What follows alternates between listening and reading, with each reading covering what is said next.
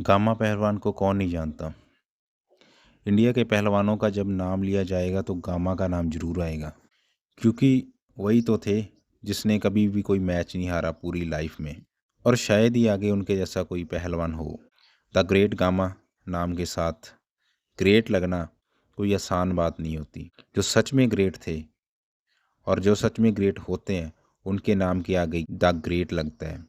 वैसे लगाना चाहे तो कोई भी लगा सकता है ग्रेट, लेकिन गामा असल में भी अपनी असल लाइफ में भी ग्रेट थे।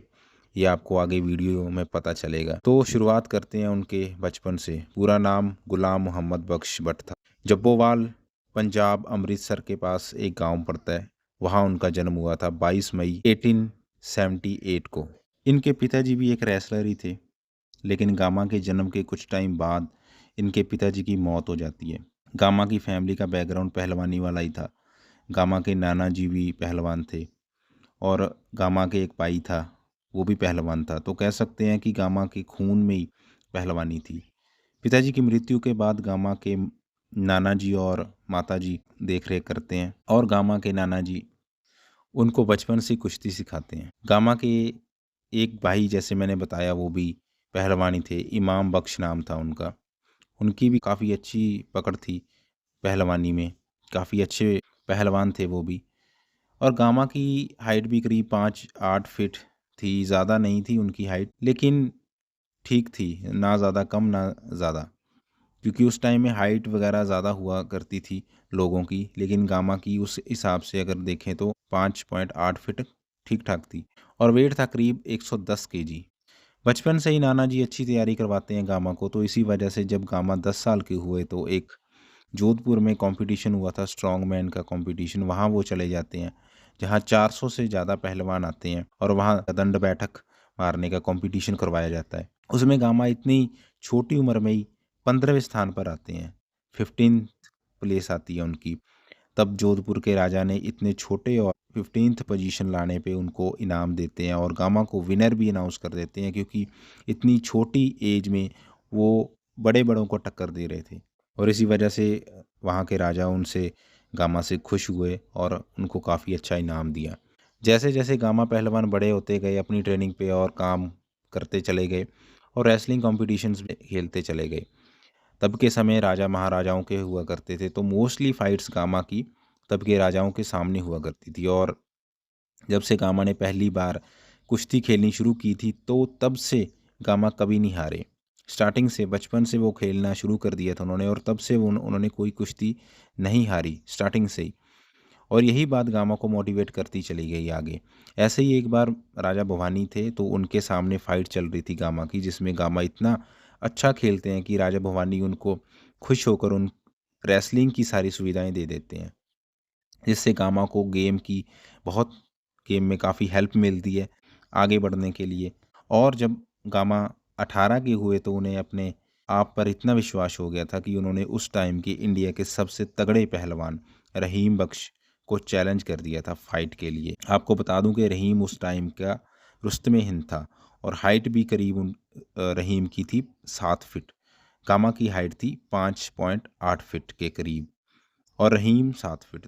कोई मेल नहीं बनता, लेकिन फिर भी गामा रहीम के साथ फाइट करते हैं, जो कि मैच ड्रॉ रहता है। क्योंकि रहीम, आप देखो, उस टाइम के रुस्तमे हिंद का खिताब वो उसको दिया जाता है जो पूरे हिंदुस्तान में सबसे टॉप का प्लेयर हो, फर्स्ट प्लेयर हो।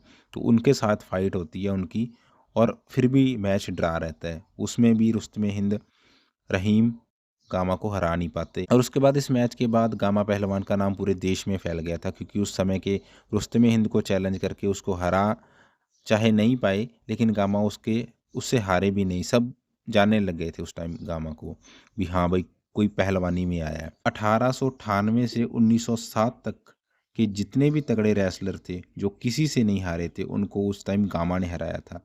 उसके बाद 1910 में फिर गामा की फाइट रहीम के साथ होती है दोबारा, लेकिन इस बार भी मैच ड्रॉ रहता है। और तब के एक बिजनेसमैन थे, काफ़ी अमीर बंगाल के बिजनेसमैन थे। उस टाइम क्या करते हैं, टॉप के जो इंडिया के रेसलर्स होते हैं, प्लेयर होते हैं कुश्ती के, उनको इंग्लैंड लेकर चले जाते हैं, ताकि पूरी दुनिया को भी पता चल सके कि भारत में भी काफ़ी अच्छे रेसलर्स हैं, जिसमें गामा भी थे। तो गामा भी चले जाते हैं इंग्लैंड।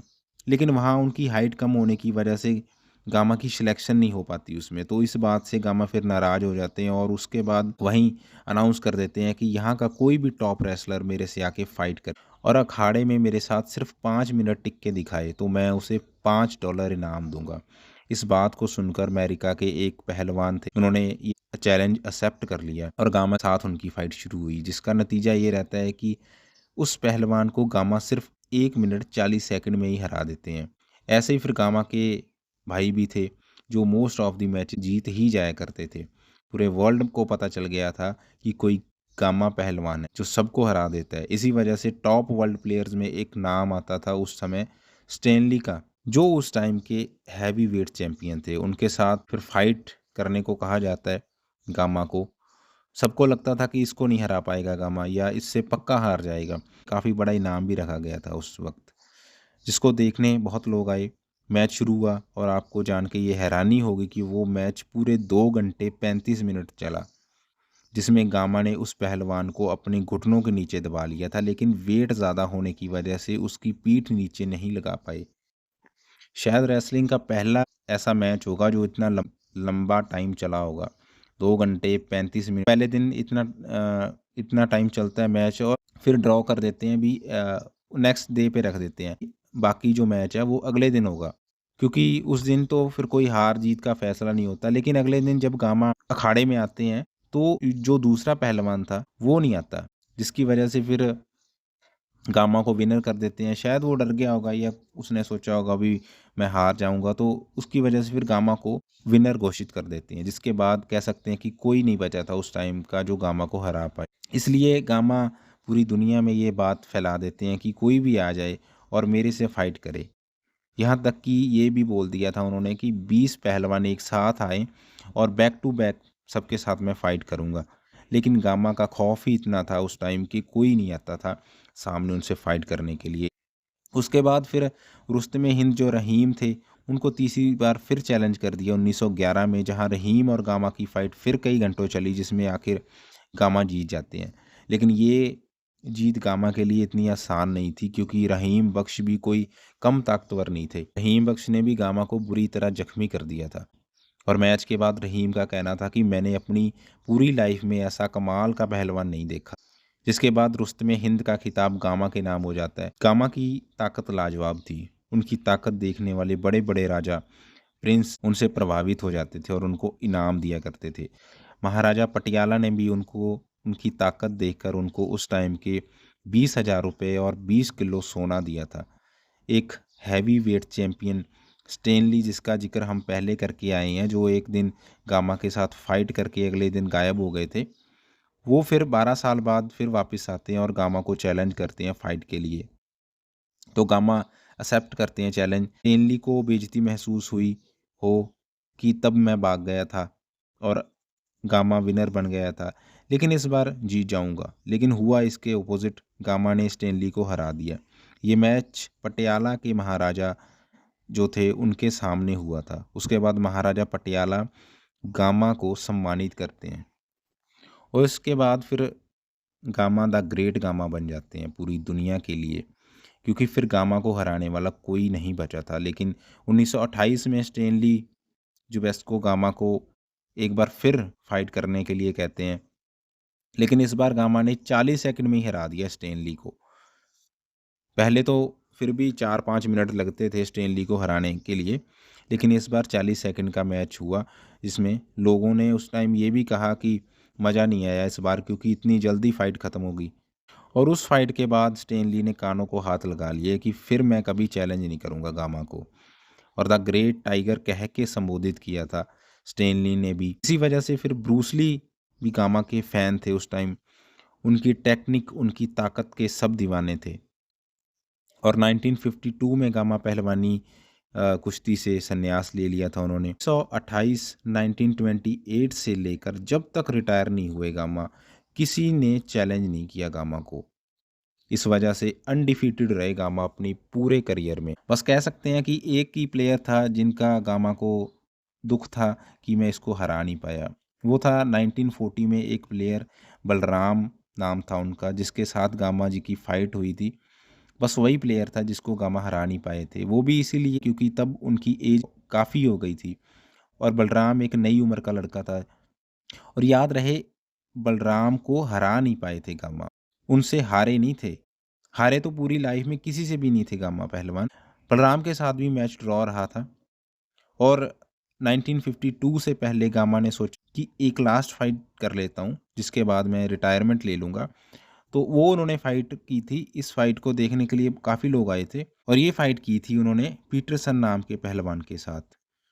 और वो कुश्ती शुरू होते ही 30 सेकंड में गामा पीटरसन को हरा देते हैं। लोग अभी बैठ ही रहे थे फाइट देखने के लिए, उनके बैठते-बैठते ही गामा पीटरसन को हरा देते हैं। ऐसे थे द ग्रेट गामा। रोज़ का 6 से 7 लीटर दूध पीना, 6 देसी चिकन रोज़ खाने, 30 रोटी रोज़ और 2 से 3 प्लेट फ्रूट, साथ में दही, लस्सी, इतनी सारी डाइट थी उनकी। आधा किलो घी महीने का नहीं, 1 दिन का वो खा जाते थे रोज़। रोज़ ऐसी डाइट खा के कई घंटों प्रैक्टिस करते थे। 3000 डन रोज़ की और 40 ओपोनेंट के साथ प्रैक्टिस करनी, वो भी रोज़, ये सिर्फ गामा ही कर सकते थे। लेकिन गामा पहलवान जी के लास्ट दिन बहुत दुख भरे निकले क्योंकि उनके 5 बेटे थे जिनसे बारी-बारी से मौत हो जाती है किसी बीमारी की वजह से। वो भी बीमार रहने लगते हैं अपने लास्ट के दिनों में, अपने आखिरी समय में। अपने मेडल्स बेच के उनको गुज़ारा करना पड़ता है घर का, यहाँ तक कि झोंपड़ी में रहे हैं गामा। बहुत शर्म की बात है कि इतने तगड़े स्पोर्ट्स पर्सन हमारे देश के, उनके आखिरी दिनों में उनके इतना उनको दुःख सहना पड़ा और किसी ने उनकी मदद नहीं की थी। हाँ, कई बताते भी हैं भी जो बड़े-बड़े लोग थे, वो उस टाइम उनको जब पता चला कि गामा जी इतने बुरे समय से गुज़र रहे हैं, तो उन्होंने मदद भेजी भी थी। लेकिन उस टाइम फिर काफ़ी वक़्त बीत गया था, उनके पास मदद पहुँचते-पहुँचते। वो आदमी जिन्होंने कुश्ती का नाम पूरे वर्ल्ड में चमकाया हो, एक स्पोर्ट्स पर्सन जिसने इंडिया का नाम, हिंदुस्तान का नाम पूरी दुनिया में लेकर गए हों और उनके आखिरी दिन ऐसे निकलें, दुःख की बात है, शर्म की बात है। और आखिर में 22 मई 1960 को गामा इस दुनिया से चले जाते हैं। इंडिया के नहीं, वर्ल्ड के बेस्ट रेसलर थे गामा जी। और एक बार बड़ौदरा में पत्थर उठाने का मुकाबला हुआ था जिसमें गामा जी ने 1200 केजी का पत्थर उठा लिया था, जो आज भी वडोदरा म्यूजियम में पड़ा है। 1200 केजी आप देखो, आज के टॉप से टॉप बॉडी बिल्डर या टॉप से टॉप स्ट्रॉन्गमैन भी इतना वेट नहीं उठा पाएंगे। सुनने में बात इम्पॉसिबल लगती है 1200 केजी का पत्थर उठाना, लेकिन ये कर दिया था, वही थे गामा पहलवान। तभी तो कहते हैं द ग्रेट गामा। उनका नाम अमर रहेगा, कुश्ती में नहीं, पूरे स्पोर्ट्स में। मुझे नहीं लगता उन जैसा कभी कोई होगा। तो ये वीडियो थी द ग्रेट गामा पहलवान कुश्त में हिंद के बारे में। अच्छी लगी हो वीडियो तो लाइक करना, और ऐसी ऐसी वीडियोस चैनल पे पड़ी हैं, आप जाके देख सकते हैं। आगे भी ऐसी ऐसी अच्छी अच्छी वीडियो मोटिवेशन वाली, जिम के रिलेटेड, फिटनेस के रिलेटेड आती रहेंगी। सब्सक्राइब करें और फिर मिलते हैं नेक्स्ट वीडियो में। तब तक stay tune, stay fit. Thank you.